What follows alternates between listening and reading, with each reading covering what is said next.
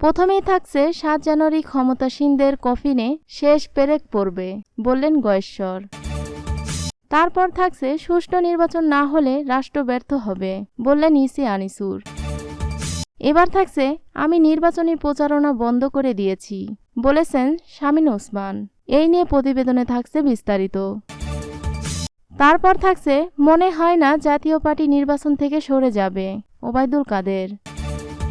সর্বশেষ থাকছে সরে দাঁড়ালেন জাতীয় পার্টির 10 প্রার্থী। শুনলেন শিরোনাম, এবার বিস্তারিত। পুরো খবরটি দেখতে সাথেই থাকুন। ৭ জানুয়ারি ক্ষমতাসীনদের কফিনে শেষ পেরেক পড়বে। আগামী ৭ জানুয়ারি দ্বাদশ জাতীয় সংসদ নির্বাচনের দিন ক্ষমতাসীনদের কফিনে শেষ পেরেক পড়বে বলে মন্তব্য করেছেন বিএনপির স্থায়ী কমিটির সদস্য গয়েশ্বর চন্দ্র রায়। তিনি বলেন, আজকে একদিকে দেশনেত্রী বেগম খালেদা জিয়ার মৃত্যুর যন্ত্রণায়, আরেকদিকে বন্দী ভারপ্রাপ্ত চেয়ারম্যান দেশের বাইরে থেকে পথ দেখাতে পারছেন, উৎসাহ দিতে পারছেন। তাই আন্দোলন সফলে কারো সিদ্ধান্তের অপেক্ষায় নাও থাকতে হতে পারে। তাৎক্ষণিক সিদ্ধান্ত নিয়ে যথাযথ দায়িত্ব পালন করতে হবে। এতে প্রধান অতিথি হিসেবে বক্তব্য দেন বিএনপির ভারপ্রাপ্ত চেয়ারম্যান তারেক রহমান।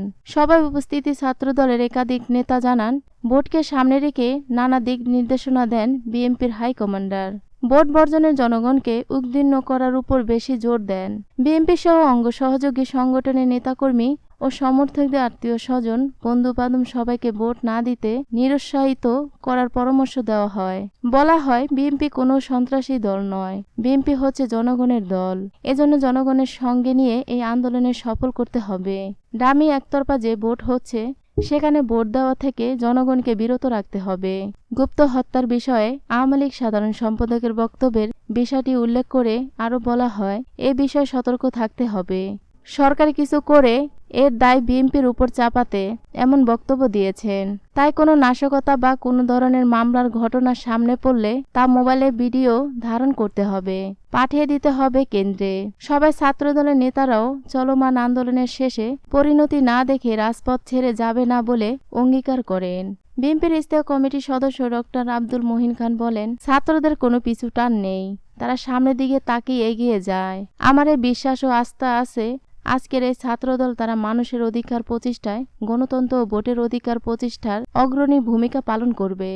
স্থায়ী কমিটির সদস্য সালাউদ্দিন আহমেদ বলেন, আন্দোলন ছাত্র দলকে বাস্তবায়ন করতে হবে। সংগ্রামে জয়ী হওয়া ছাড়া কোনো বিকল্প নেই। একদলীয় ডামি নির্বাচন করতে পারলে দেশে গণতন্ত্রের মৃত্যু হবে। তাই এখন রাজপথে নামার শ্রেষ্ঠ সময়। এখন আমরা যদি না জাগি, কখনো সকাল হবে না। সবার বাস্তবতা উপলব্ধি করতে হবে।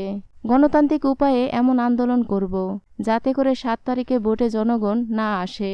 বিজয় সুনিশ্চিত। সুষ্ঠু নির্বাচন না হলে রাষ্ট্র ব্যর্থ হবে। যদি কোনো কারণে সুষ্ঠু নির্বাচন না হয়, তাহলে রাষ্ট্র নিজেই ব্যর্থ হবে বলে মন্তব্য করেছেন নির্বাচন কমিশনার মোহাম্মদ আনিসুর রহমান। রাজধানী শেরেবাংলা নগরে বঙ্গবন্ধু আন্তর্জাতিক সম্মেলনী কেন্দ্রে ধারাবাহিক প্রশিক্ষণের শেষ দিনে আজ প্রধান অতিথি ছিলেন তিনি। মোহাম্মদ আনিসুর রহমান বলেন, নির্বাচন সুষ্ঠু না হলে সমগ্র বিশ্ব থেকে বিচ্ছিন্ন হয়ে যাবে বাংলাদেশ। তাই কোনোভাবেই নির্বাচনকে ব্যর্থ হতে দেওয়া যাবে না। যখন যেখানে যা করার আপনাদের তাই করতে হবে। প্রধান অতিথি বক্তব্যে তিনি বলেন, নির্বাচন কমিশনার একটি নির্দেশনা, সেটি হলো অবাধ, সুষ্ঠু, নিরপেক্ষ ও গ্রহণযোগ্য নির্বাচন করতে হবে। এক্ষেত্রে সততা, নিষ্ঠা এবং দলমতের ঊর্ধ্বে উঠে আপনাদের দায়িত্ব পালন করতে হবে।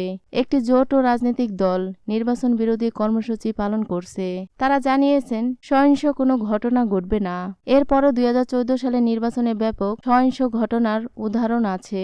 তাই সতর্ক থাকতে হবে।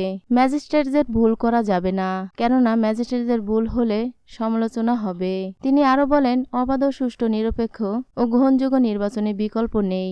আপনারা সততা ও নিষ্ঠার সঙ্গে দায়িত্ব পালন করবেন। নিউজটি সম্পূর্ণ দেখার জন্য ধন্যবাদ।